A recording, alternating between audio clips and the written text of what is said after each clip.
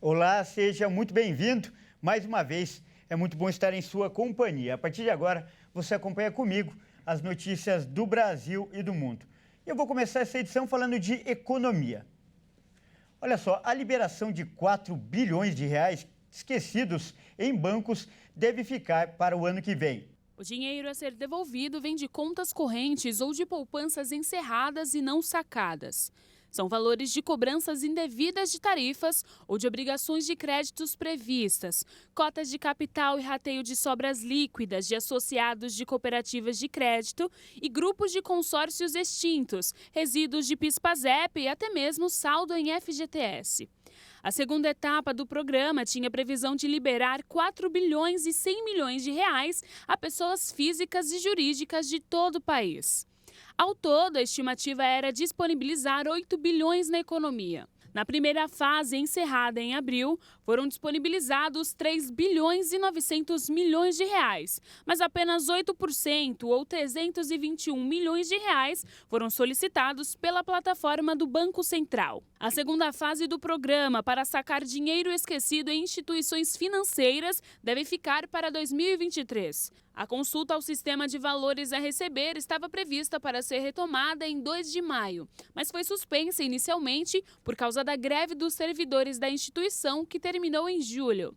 Segundo o Banco Central, equipes técnicas da instituição estão promovendo melhorias no sistema e, por isso, foi adiada a liberação do valor. Ainda falando de economia, o Pix bateu um novo recorde de transações após o pagamento da primeira parcela do 13º salário. O Pix voltou a bater recorde de transações realizadas em um único dia. Na quarta-feira, dia 30, foram 99 milhões e 400 mil transferências instantâneas pelo sistema de pagamento criado pelo Banco Central.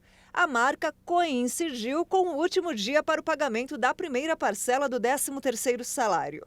O recorde anterior do Pix havia sido batido no dia 7 de outubro deste ano, com 93 milhões e 600 transações em 24 horas. O total de usuários do sistema chegou a 127 milhões e 800 mil em outubro.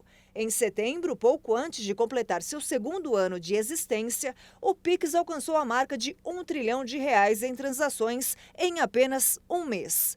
Para facilitar o recebimento de recursos por correspondentes bancários, a partir de 2 de janeiro de 2023, o Banco Central definiu novas regras para o Pix.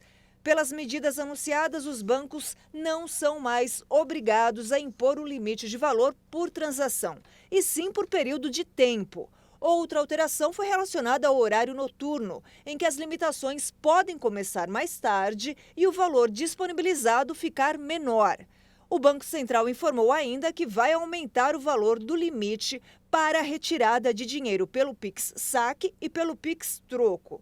Durante o dia, o limite passa de R$ 500 para R$ 3.000 e à noite de R$ 100 para R$ 1.000. Vamos falar agora de notícias internacionais. Os custos dos danos causados por desastres naturais e acidentes no mundo chegaram a 268 bilhões de dólares neste ano. O estado da Flórida, por exemplo, tenta seguir em frente após ter perdido um grande número de vidas por desastres nas últimas semanas. As catástrofes naturais e os sinistros provocados pelo ser humano no mundo causaram 268 bilhões de dólares em perdas desde janeiro de 2022, um pouco menos do que no ano anterior, apesar dos estragos causados pelo furacão Ian nos Estados Unidos e em Cuba.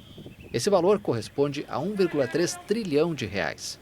Os dados constam no estudo Sigma divulgado nesta quinta-feira pelo gigante do setor de seguros, Swiss Re.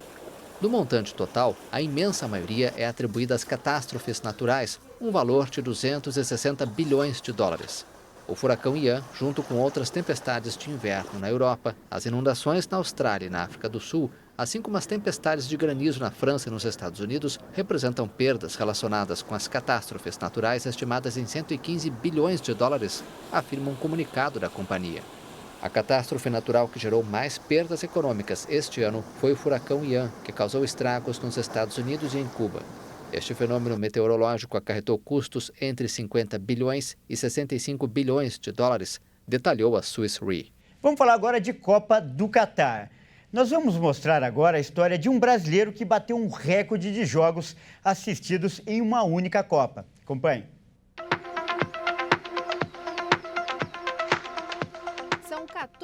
dias de viagem, saindo do aeroporto de Guarulhos, em São Paulo, até chegar em Doha, no Catar. A missão? Assistir os 64 jogos da Copa do Mundo. Todos da arquibancada, é claro. E quem está por trás disso é o jovem Lucas Tilt, que nasceu na periferia do Rio de Janeiro, em São João do Meriti, e agora conquistou um recorde mundial. E pode até parecer loucura, mas o menino que jogava bola no campinho de barro realizou o seu sonho da melhor forma possível. E de dentro dos estádios, o recorde, que era de um sul-africano, foi batido no dia 28 de novembro, durante a partida entre Uruguai e Portugal. Para ter o título de recordista, o Lucas precisou marcar presença em 32 jogos, o que para ele foi fácil devido ao planejamento de 4 anos. Mas esse não era o plano inicial.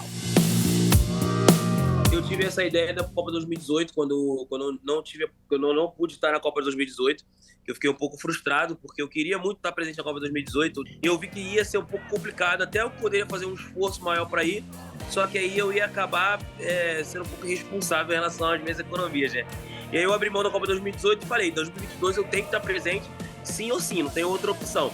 E aí eu comecei a estruturar, comecei a me organizar, e quando eu vi que dava pra gente ir mais num jogo no mesmo dia, pelo fato dos estádios serem perto, eu comecei a organizar a logística. E por que não assistir todos os jogos?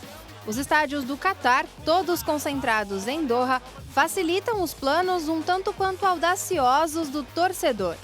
A maior distância de um palco do Mundial para outro é de apenas 50 quilômetros. Mas, mesmo assim, eles vão ter que lutar contra o tempo e a distância para concretizar os planos.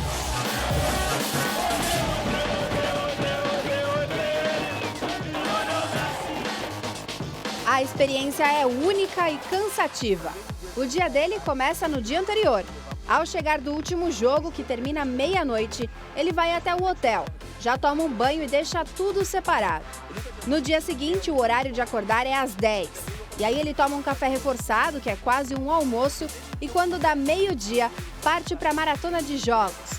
Mas com um grupo de amigos disposto, tudo fica mais fácil.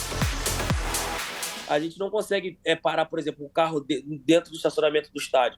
A gente tem que parar ou longe, ou então a gente tem que ir de metrô e aí tem que caminhar até chegar no estádio e ainda sair do estádio já rápido para chegar no outro. Então, assim, está sendo bastante cansativo, mas muito prazeroso também, né?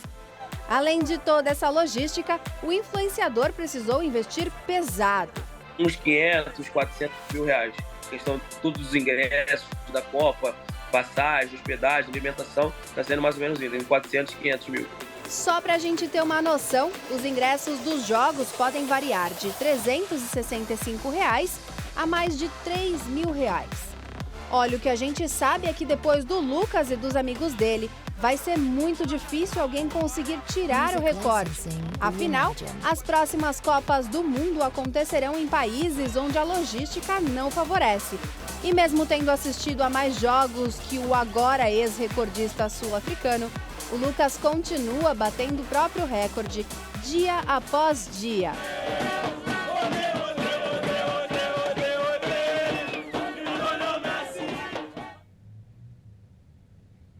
Bom, e essa edição fica por aqui. Eu agradeço demais pela sua companhia e convido a continuar ligado em nossa programação.